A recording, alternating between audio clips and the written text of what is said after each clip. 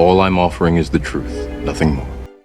But anyway, one man, Scott Presler, from, I don't know where he's from. I looked, the last time I had audio problems, when the device actually broke, I did an episode on Scott Presler alone, and I found one article that wasn't very flattering about something in his past. You know, we all make mistakes, and the publication wasn't that of one that would give him a very flattering review of his life. So, you know, I take that with a grain of salt. And either way, I'm a Christian. I believe in redemption, and he went everywhere he could to register people to vote. And the crazy thing is, like, at first, like, I didn't see it at first, like, and but it became more and more evident the more I seen him, is like he's a gay feller, and which makes kind of what he did even a little more astonishing. I mean, it shouldn't. I mean, courage comes in all forms. Like that doesn't matter at all. But he went and like was approaching. I mean, like truckers and the Amish and like gun store owner, like gun owners, hunters, stuff like that. Like not places typically where gay fellas you're gonna find a lot of them. And he went in there without fear. And like I never seen.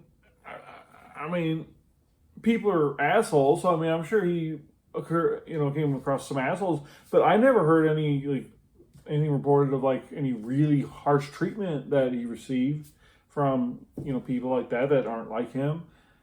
And that's awesome, like like that's like, man, I don't know. I mean, maybe I'm probably half ignorant, but I mean, I don't know. I give that aspect of who he is and what he did, I think took a little bit more courage than it would take for somebody like myself. Because like I go into those places, like gun stores and stuff. I mean, I used to sell guns. Like I'm, fine. Like the hunter stuff, like I have hunted. I just have not been. I did not try it early enough in my life where it became a passion.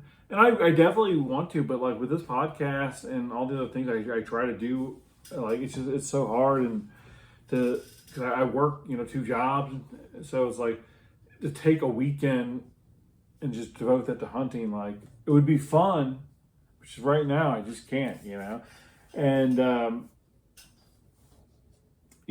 but I don't feel like all my family are hunters. I just kind of didn't get introduced to it when I was a kid, and I did get interested, and I've never actually taken an animal. I've never even fired my weapon on an animal, actually. I never had a chance to, like, I was down, but I haven't come across this yet. But anyway, quick little video here is Scott Presler talking at Luzerne County. Actually, we're going to skip that. It's fine, but he's much better. I mean, the Trump rally. So it's when Trump went back to Butler for the second time.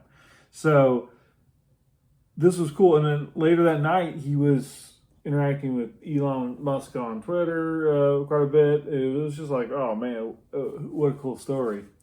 But anyway. That you've heard of someone who's been doing so much voter registration right here in Pennsylvania. His name is Scott Presler. And he has done an incredible job. We have flipped Bucks County and Luzerne County from Democrat to Republican in terms of voter registration. And I would like to invite my friend Scott Presler to come up and say a few words to you folks, if you would welcome Laura him, Trump is please, to the dynamic. stage right now. Like, I don't remember her. I don't think she was involved in the first go round. I think she just got involved this go round, and she's dynamic. I was just watching her on Patrick Bet David, and then she was great when she went on Charlemagne Breakfast Club. Yes.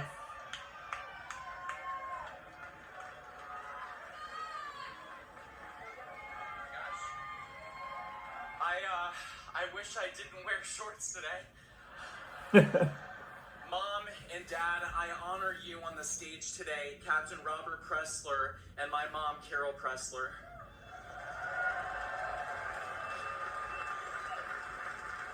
Pennsylvania, you have the power to change the world.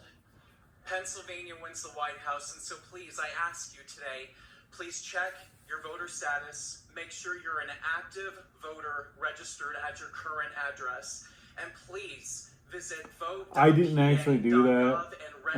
I had friends who did. A message. Because I remember getting, I mean, I got something in the primary, so. We want your vote. We want to keep jobs here in America. Oh, sorry. Sorry, Scott. I got a story. So I went to go vote. Like, normally where I would go vote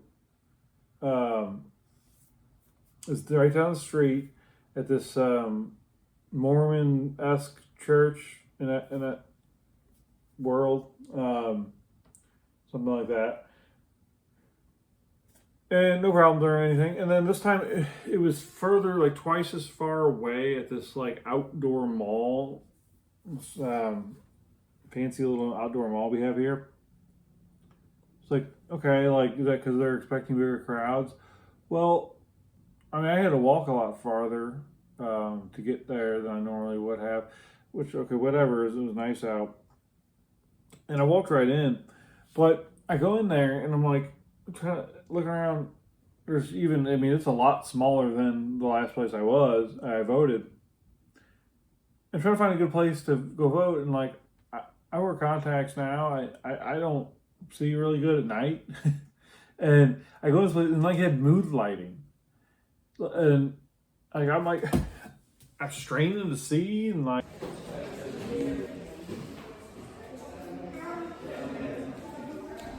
can't see the ballot. They said it's automatic timing. Funny. I'm like, do you guys have like, is there missing something? There's somewhere like we can see it in here? And like I mean, there's kind of an older community where I live too, so I'm sure there's a lot of older folk who I don't know how well they did filling out the ballot. But I say some of the poll workers, and they're like, yeah, I'm sorry. I mean, like, here's like the premium spot. You can get out your phone and like use the light if you want, which I mean, I did, and it helped a little bit. But like, I don't know how perfect my little circles were. You know, I hope my vote counted. But Ann Wagner is my congressman. I did not vote for her. I was almost tempted for the Democrat, but I didn't want to chance it because I had no idea how that was going to go. But I did not vote for her. She hangs out in Switzerland and shit with the World Economic Forum crowd. I don't know. She has no business doing that where I live. I can't have any.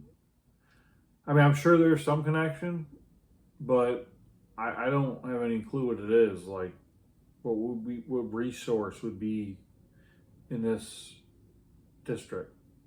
But anyway, I assume she won. But anyway, and like pretty quickly, like this, you know, this lady comes up to me, sweet little lady. She's like, just, you know, I'm sorry you're having problems. You know, whatever you need to do, get out your phone. But the owner of this building is an election official, and we can't do anything at this automatic light timer. And like the legit lights turned off, and it was just the mood lighting. And real quick, give me his name and phone number, so I may stir some stuff up. But I haven't done so yet. Actually, I've been kind of busy. Maybe I'll do it this weekend. But yeah, it was bullshit. It was bullshit. I mean, like, that was voter interference. It was like he was making it he made it difficult for me to vote. Like, that's absolutely ridiculous. So I will be trying to stir some shit up online. Facebook's good for that. To our beautiful Amish and Lancaster and across the state, we will protect your raw milk, your dairy, your farming, your school choice, your religious freedom. your ability to afford to have 10 beautiful children per family. To our hunters, 30% of you are not registered to vote. Please, our hunters, support the Second Amendment. This doesn't make any Register to sense. vote. To our truckers that service us every single day, please request a mail-in ballot or vote early. Lock in those votes. To our sorority sisters and our fraternity brothers, please, you have the power. If you're going to school here in Pennsylvania, register to vote legally and lawfully here in the Commonwealth of Pennsylvania. I feel this from the top of my head to the tip of my toes. I love our great country. President Trump took a bullet for us. Please use your ballot and have his back on Tuesday, November 5th, and deliver Pennsylvania for Donald J. Trump. Thank you. So after all this hard work, there was a pledge, like a secret like GoFundMe to raise money for him. I don't really know what happened to it. Never heard him respond or say anything about it, so I don't know if that happened or not. Since they did GoFundMe, I wouldn't be surprised if they stopped it. Anyway, this is Scott voting. Joe Biden says we are garbage. Well, this piece of garbage voted for Trump in Pennsylvania. See, and I get it, and especially the fact that he said it like right around Halloween. That was like perfectly timed for us to use that against them. But like, don't like. I have a deplorable shirt, and that's my favorite shirt. Really, I'm not calling myself garbage. I'm not doing that. Nope, do not call me garbage. I am not garbage. Human beings are not garbage. And that's why that joke didn't hit. I mean, the implication, like, and they do have a garbage problem there, but how many people know that? Like that was the opener? Like, what? Like, unless there was more said. Actually, I honestly don't know if that was the opener. That was the first thing and the only thing I ever heard. But Scott Presler says here, I've done everything I can. Moved to Pennsylvania, launched an organization, hired 70 field staff, flipped Pennsylvania counties from blue to red, cut blue voter registration in half, pushed early voting message, cultivated thousands of volunteers. And not only that, but the Senate seat got flipped. I think that's probably due to him more than even Trump winning the state. I mean, I take a single credit away from him, just because I think after getting shot, it was like in Pennsylvania, it was very likely that he would win it. Like, but that Senate seat that got flipped in there, I don't think that was supposed to happen, and I would say that Scott should get a lot of credit on that. Since I'm trending right now, he's an Eagle Scout, marriage of his parents, dog walker, Baltimore. Okay, it's quick and to the point. You changed my life. Thank you, Elon. You changed my life. You changed the world. Thank you, truly. Hope to meet you one day. And they did, on stage at the rally, I believe. I guess not, actually, because that was 2 days ago. Yes, thank you, Elon. Thank you, Elon. I've never had as much admiration for a human being than Donald Trump and Elon Musk, both separately but equally, like what they're doing right now and what they've done. I mean, what Elon's just done in his career is quite impressive, but like just business wise, it's very impressive. It's really cool, interesting. And in fact, he's like kind of autistic and he's a white fella from South Africa. It's extra funny on it. But like, I mean, what did it for me when he said his full name is Elongated Muskrat, I was like, when I seen that tweet, I'm like, okay, maybe he's not so bad. But to see this change and what he did for free speech, like, yeah, we do all owe him they would have suppressed so much if we wouldn't have had this outlet to get out the truth. Elon saved this country from, but that for another day. This is the video that changed my life. All right, let's watch, Scott. Why are illegal immigrants more important than Americans? I'd like to hear an answer. Why are illegal immigrants more important than homeless people sleeping on the streets? Why do we, in one of the biggest economies here in California, take care of illegal immigrants, but our people are sleeping on the streets? I'd like to hear an answer to that. Why? Nobody can ever answer that question. Why don't people put American citizens first, but illegal immigrants get everything? And I hope you post this. I want this to go viral because I give a damn and I care about my community. My dad is a retired Navy captain. He served our country honorably. My grandfather was a retired Navy captain, and I'm doing my part to help our country.